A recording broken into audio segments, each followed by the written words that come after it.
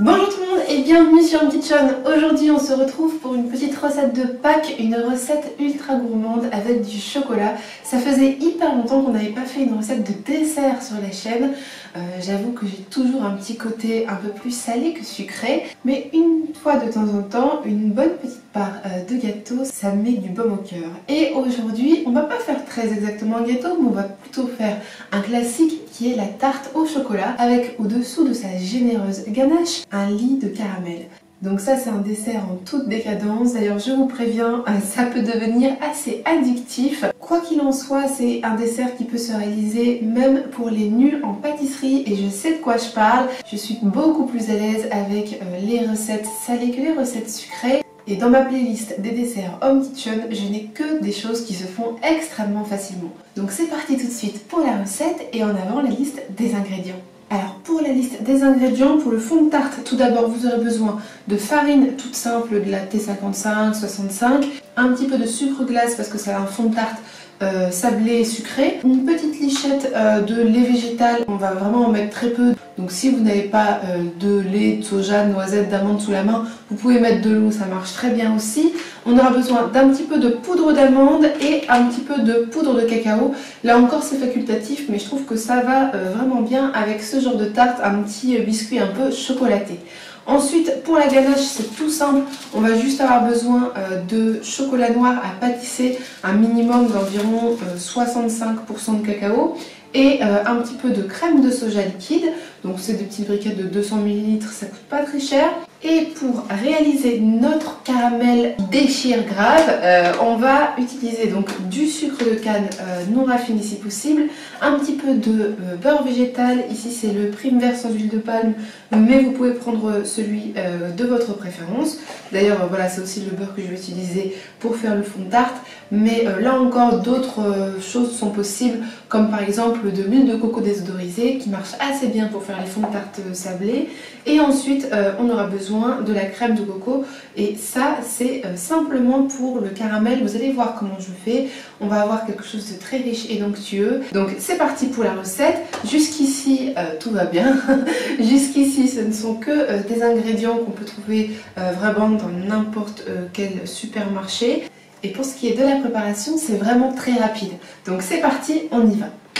Dans un récipient, je commence par mettre 185 g de farine T55. Puis je rajoute 30 g de poudre de cacao. Je rajoute 70 g de sucre glace.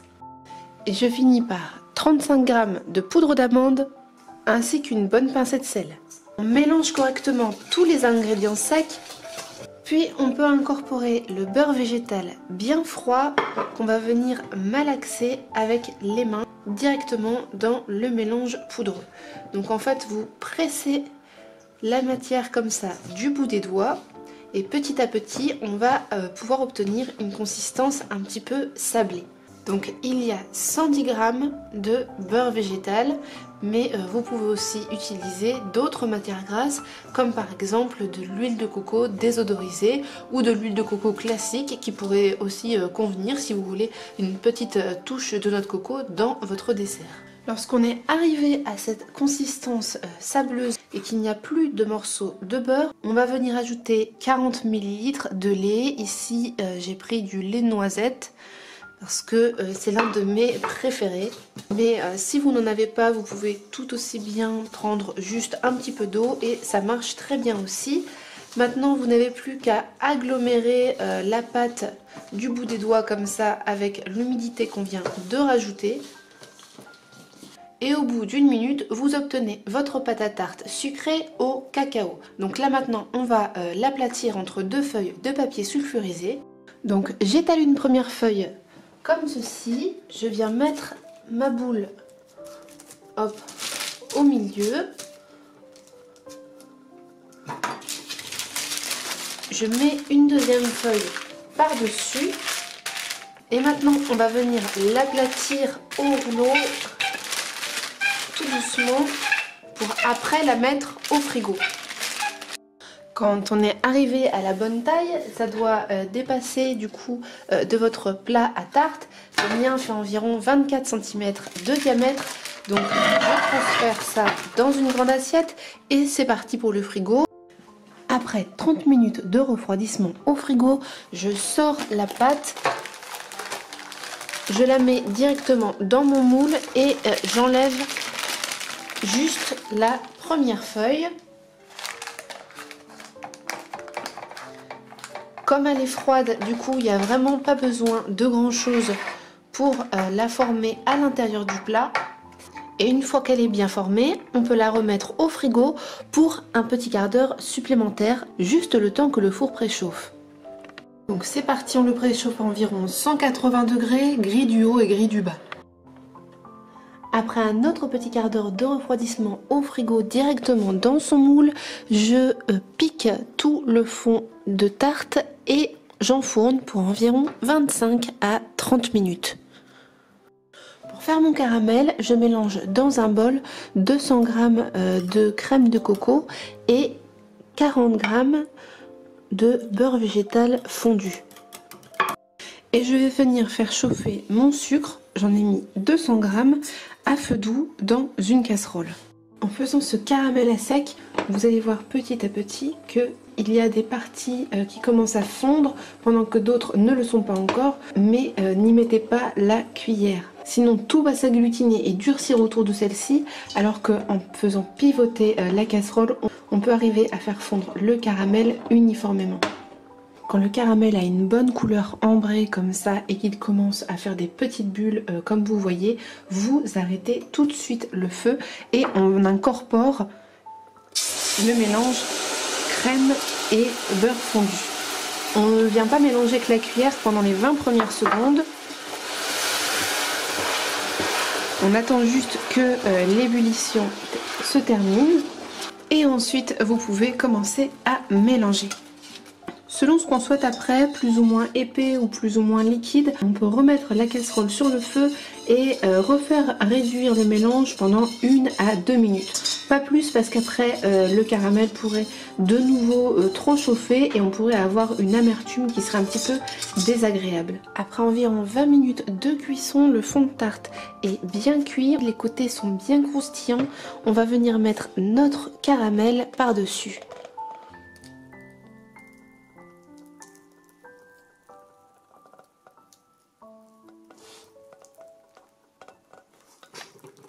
On laisse refroidir ça quelques instants à température ambiante et ensuite vous pouvez réfrigérer pour que ça s'épaississe encore, puisque là forcément le caramel est chaud donc c'est un peu liquide. Maintenant dans une casserole je verse 250 ml de crème liquide, crème de soja, et je rajoute en même temps 35 g de sirop d'agave.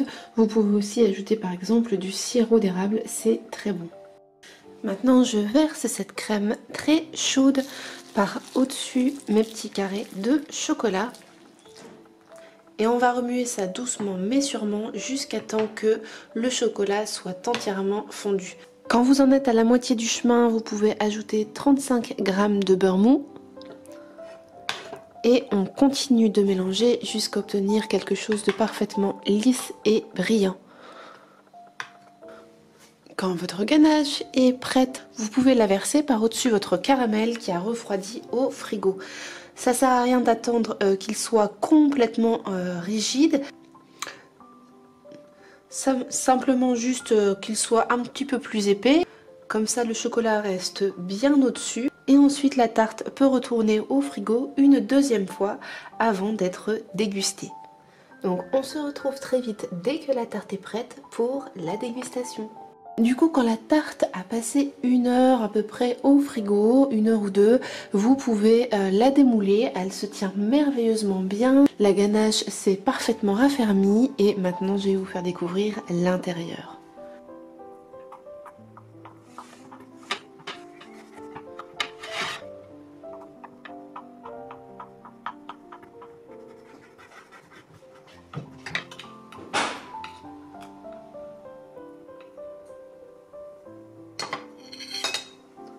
Et voilà pour l'intérieur. On a un superbe caramel coulant, un beau biscuit qui se tient bien, qui ne s'émiette pas. Donc j'espère vraiment que cette recette vous a convaincu les amis. Vraiment on est sur un dessert vegan ultra gourmand et décadent. J'espère que cette vidéo vous aura plu les amis et on se retrouve la semaine prochaine sur Home Kitchen pour de nouvelles aventures. N'oubliez pas de vous abonner et d'activer les notifications. Et moi je vous dis bon appétit!